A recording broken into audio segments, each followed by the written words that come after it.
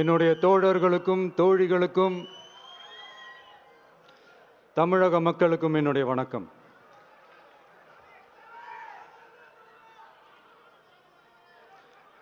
நம்ம குடும்ப உறவுகளை இழந்ததனால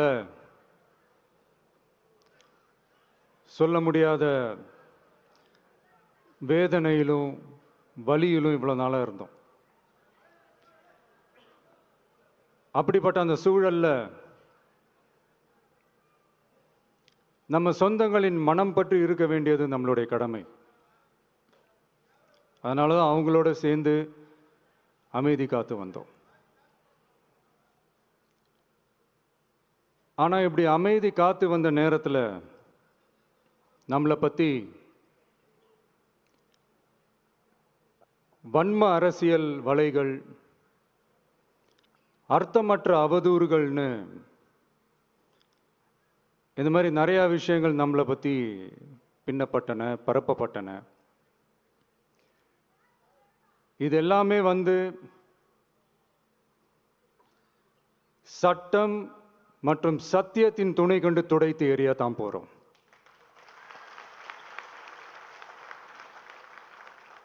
பட் அதுக்கு முன்னாடி தமிழக சட்டமன்றத்தில் நமக்கு எதிராக நிகழ்த்தப்பட்ட ஓர் உரைக்கு ஒரு நாகரிக பதிலடி கொடுக்கணும்னு நான் நினைக்கிறேன்.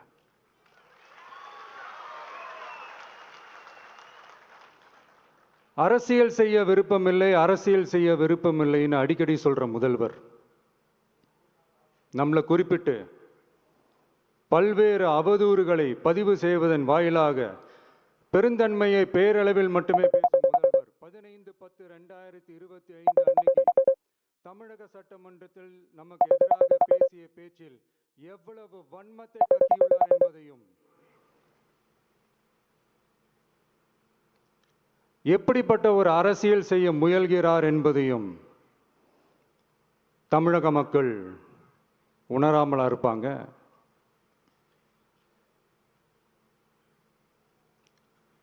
இந்த கரூரோட சேர்ந்து 5-6 மாவட்டத்துக்கு இந்த மக்கள் சந்திப்பு நிகழ்ச்சிகள்லாம் நடத்தியிருக்கிறோம், போயிருக்கிறோம். அங்கெல்லாம் இந்த லாஸ்ட் மினிட் வரைக்கும் எங்களுக்கு அந்த இடம் கொடுப்பாங்களா மாட்டாங்களா, பெர்மிஷன் தருவாங்களா மாட்டாங்களா, இப்படியே இழுத்து அடிச்சுக்கிட்டு இருப்பாங்க. தான் நாகப்பட்டினத்தில் சொன்னது மாதிரி தான். நாங்கள் ஒரு இடம் செலக்ட் பண்ணி கேட்போம், மக்கள் நல்லா ஸ்பேஷியஸாக நின்று பார்க்குற மாதிரி. பட் அவங்க அதையெல்லாம் ரிஜெக்ட் பண்ணிட்டு மக்கள் நெருக்கடியோடு நின்று பார்க்குற மாதிரி ஒரு இடத்த செலக்ட் பண்ணி எங்களுக்கு கொடுப்பாங்க. இது டிஃபால்ட்டாக எல்லா இடத்துலையும் இந்த ஒரு ஆர்கியூமெண்ட் நடந்துட்டுருக்கோன்னு வைங்க. அது மட்டும் இல்லை, இந்தியாவிலேயே எந்த ஒரு அரசியல் கட்சி தலைவருக்கும் கொடுக்கப்படாத கண்டிஷன்ஸ். பஸ்ஸுக்குள்ளேயே இருந்து பார்க்கணும், மேலே கை காட்டக்கூடாது, இப்படிலாம் ஒரு அதீத கட்டுப்பாடுகளை கொடுத்த உடனே எங்கள் சைட்லேருந்து ஒரு அறிக்கையும் வெளியிட்டோம். அது மட்டும் இல்லை, தமிழக வெற்றி கழகம் சார்பாக அனைத்து கட்சிகளுக்கும் சமமாக ஒரு முறையான ஒரு பொது வழிகாட்டு முறைகள், SOPஸ்ன்னு சொல்லுவாங்க, அதையும் வழங்கணும்னு சொல்லி உயர்நீதிமன்றத்தையும் நாடி இருக்கணும். இதுவும் தமிழக மக்கள் உணராமலா இருப்பாங்க. இப்படி ஒரு அரசியல் காழ்ப்புடன், நேர்மை திறனற்று நம்மளை பத்தி குற்றம் சாட்டியுள்ள குறுகிய மனம் கொண்ட முதல்வர் அவர்களுக்கு ஒரு சில கேள்விகள். உச்சநீதிமன்றத்தில், அதாவது 13/10/2025 அன்னைக்கு உச்சநீதிமன்றத்தில் நடந்த அந்த விவாதங்களை வைத்தும் வந்த உத்தரவுகளை வைத்தும் இந்த கேள்விகள். இப்படி பொய் மூட்டைகளாக நம்மளை பற்றி இந்த அவதூறுகளை அவிழ்த்து விட்ட முதல்வர் அவர்களுக்கும் திமுக அரசுக்கும் சார்பாக கோடிகளை கொட்டி அமர்த்தப்பட்ட அறிவார்ந்த வழக்கறிஞர்கள் அவங்க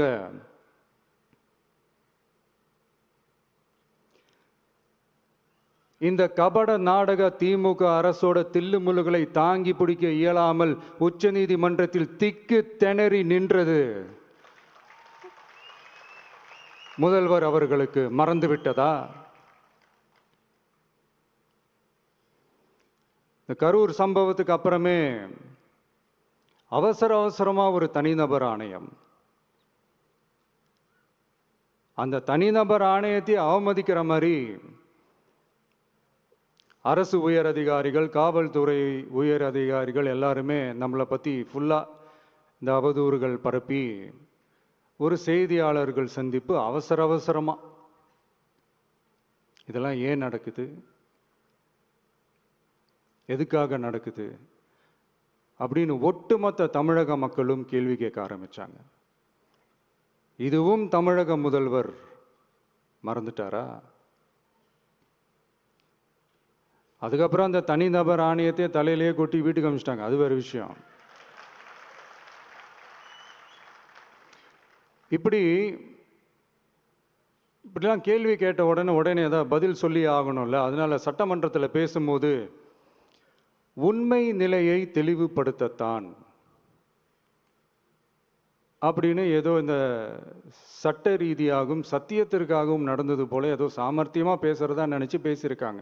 இப்படி ஒரு 50 வருஷமா பொது வாழ்க்கையில் இருக்கிற ஒருத்தவங்க ஒரு முதல்வர் அவர்கள் சொன்னது எவ்வளவு பெரிய ஒரு வடிகட்டின பொய், சப்பை கட்டுன்னு நான் சொல்லலை, உச்ச நீதிமன்றம் சொல்லியிருக்கிறாங்க. அவங்க சொன்னதெல்லாம் கொஞ்சம் என்னன்னு கொஞ்சம் லைட்டா பார்ப்போமா?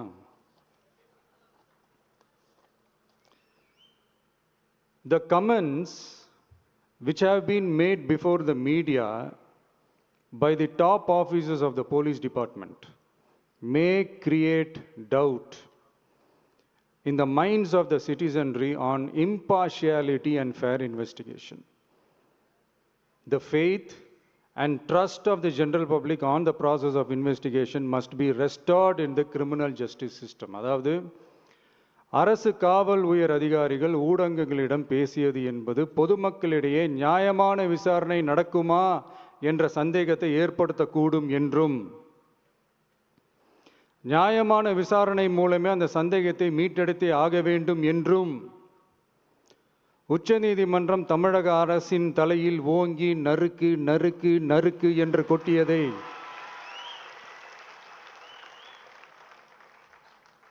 முதல்வர் அவர்கள் மறந்துட்டாரா?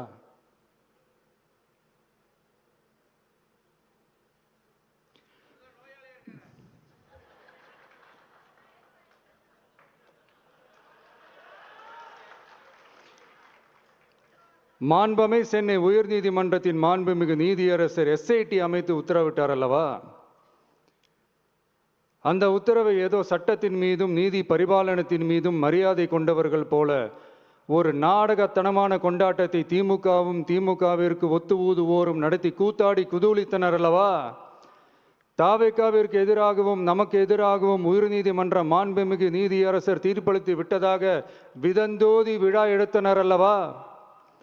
அந்த உத்தரவை குறித்து சொல்லும்போது எந்த ஆவணத்தின் அடிப்படையில் அந்த உத்தரவு அமைக்கப்பட்டது? நான் கேட்கல, உச்சநீதிமன்றம் கேட்டிருக்கிறாங்க. The judgment is completely silent about how learned single judge arrived at such a conclusion and what material was pursued by the court என்று உச்சநீதிமன்றம் உரத்த குரலில் கேள்வி கேட்டது. அப்போதும் கூட உச்சநீதிமன்றத்தில் திமுக அரசுக்காக வாதாடிய அறிவார்ந்த மூத்த வழக்கறிஞர்கள் பதில் சொல்ல இயலாமல் வாய் மூடி மௌனம் காத்ததை நாடே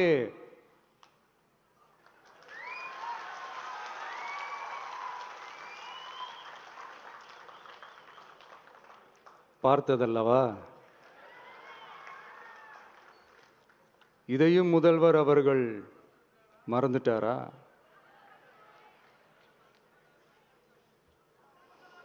Such petition ought to be dealt with by the division bench, registering as public interest litigation in right earnest and not to be dealt with by a single bench. அதாவது பொது வழிகாட்டு முறைகளான SOP அமைக்கப்பட்டு வெளியிட வேண்டும் என்ற கோரிக்கையுடன் வந்த ரிட் மனுவை நீதிபதிகள் டிவிஷன் பெஞ்ச் தான் கையாள வேண்டும். தனி நீதிபதி பெஞ்ச் கையாளக்கூடாது என்றும் உச்சநீதிமன்றம் சொன்னதல்லவா? அது மட்டுமா, கோரிக்கையே இல்லாமல் எஸ்ஐடி அமைக்கப்பட்டது எந்த வகையில் சரி என்றும் கேள்வி எழுப்பியது உச்சநீதிமன்றம். இது எல்லாமே அறியாமலோ இல்லை அறியாதது போலவோ உச்சபட்ச அதிகார மயக்கத்தில் இருந்து பேசினாரோ முதல்வர் அவர்கள்? மனிதாபிமானம், அரசியல் அறம், மாண்பு இதெல்லாம் எதுவுமே இல்லாம வெறும் பேச்சில் மட்டுமே பேசிக்கிட்டு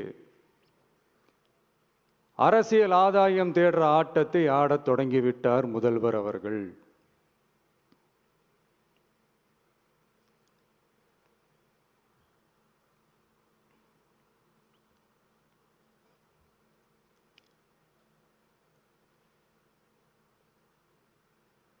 இதெல்லாம் என்ன அவங்களுக்கு புதுசா என்ன?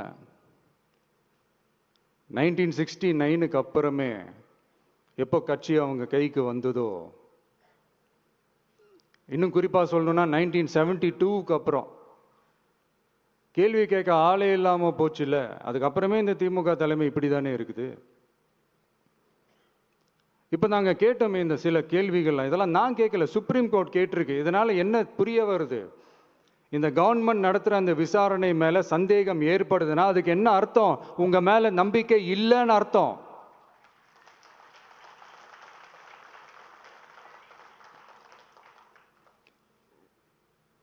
இதெல்லாம் ஏன் எதுக்காகன்னு முதல்வர் அவர்களுக்கு புரியுதா?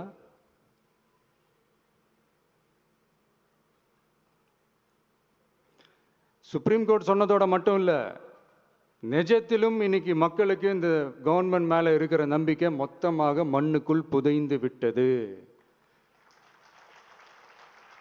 இதுவாவது முதல்வர் அவர்களுக்கு புரியுதா? புரியலனா 2026 தேர்தலில் இந்த திமுக தலைமைக்கு மக்கள் இன்னும் ஆழமா அழுத்தமா புரிய வைப்பாங்க. அப்ப கூட இவங்க என்ன பண்ணுவாங்க தெரியும்ல? 5 வருஷத்துக்கு ஒரு வாட்டி பழக்க தோஷத்தில் ஒரு அறிக்கை ஒன்று வெளியிடுவாங்களே, மக்கள் தீர்ப்புக்கு தலை வணங்குகிறோம் அப்படின்ட்டு அந்த அறிக்கையை வெளியிட்டுட்டு இப்போ அறிவாலயத்தில் போய் ஓடி ஒளிஞ்சுப்பாங்க. இப்பவே ரெடி பண்ணி வச்சுக்கோங்க அந்த அறிக்கையை. எப்படி? மக்கள் தீர்ப்புக்கு தலை வணங்குகிறோம்.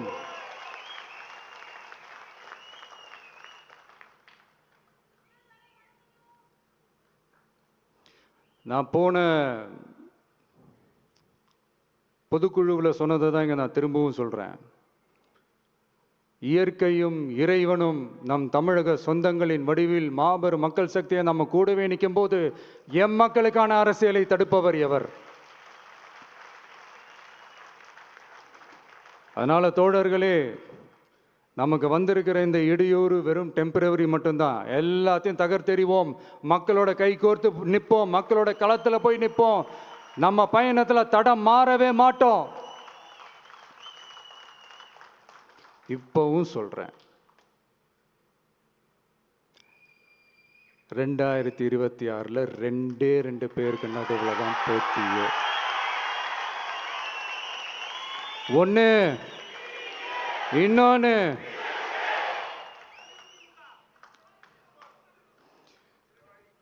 இந்த போட்டி இன்னும் ஸ்ட்ராங்கா மாறப்போகுது.